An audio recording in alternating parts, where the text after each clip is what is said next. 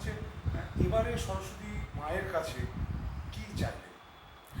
আমি চাইবো যে সবসময় সমাজে যে পরিস্থিতি, নারীদের যে অবস্থা, সুরক্ষা পাক। আমরা ঈশ্বরের দেবী মানেই তো নারী, নারী শক্তি।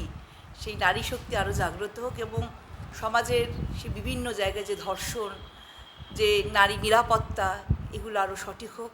সবার মা বাবার কাছে যেন তাদের মেয়েরা নিশ্চিন্তে মনে রাস্তায় বেরোতে পারে। সবারই তো এখন একটা করেই ছেলে মেয়ে, সবাই তো আশা করে যে আমার মেয়েরা ভালো থাকবে, আমার মেয়েরা ভালো হবে। নারী পুরুষ মিলিয়েই সমাজ। সেজন্য চাইবো এটাই, যে শুধু সাংস্কৃতিক না, মানুষের মন গঠন হোক। দিদি, আপনার শুভ নাম? ইন্দ্রাণী গুপ্তা, আমি একজন অভিনেত্রী এবং লেখিকা। কোমরটুলি যাওয়া, তার সাজ করা, নিজেরা সাজানো, এই সব ব্যাপারগুলো ছিল। এখন তো সাজানোর ব্যাপারটা নিজেরা করে না, ম্যাক্সিমাম লোকই ওই ডেকোরেটার্স দিয়ে বা আলটিমেটলাম ফুল টুল দিয়ে সাজায়।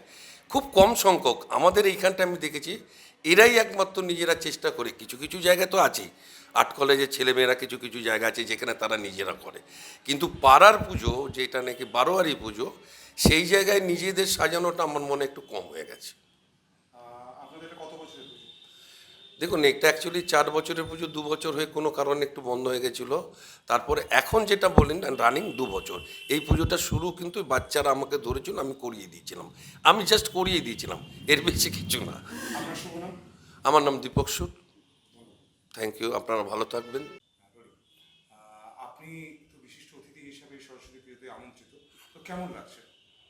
ভালো লাগছে। ভালো লাগছে। তো আপনি এমনি পেশাদার হিসাবে আপনি কি জড়িত? পেশাদার হিসাবে আমার এমনি আমার ব্যবসা আছে, আমি সেটা বলছি না, আমার একটা প্রোডাকশন হাউস আছে। এইখানে ইমন বলে একটি ছেলে আছে, ইন্দ্রাণীর ছেলে। ও এখন ভালো ডিরেকশান দিচ্ছে, নিয়ে গল্প লিখছে ভালো। ন্যাচারালি ও আমার একটা রিসেন্ট একটা শর্ট ফিল্ম করছে, শর্ট ফিল্মটার নাম কি কিছু ঠিক হয়েছে? অভ্যন্তর। হ্যাঁ, আর একটা নতুন আর একটা করবে, ওটা মনে হয় সম্ভবত নাম হবে মুখোশ, মনে হয় মুখোশ সম্ভবত হবে। আপনার ভালো নাম? প্রতিম বসাক।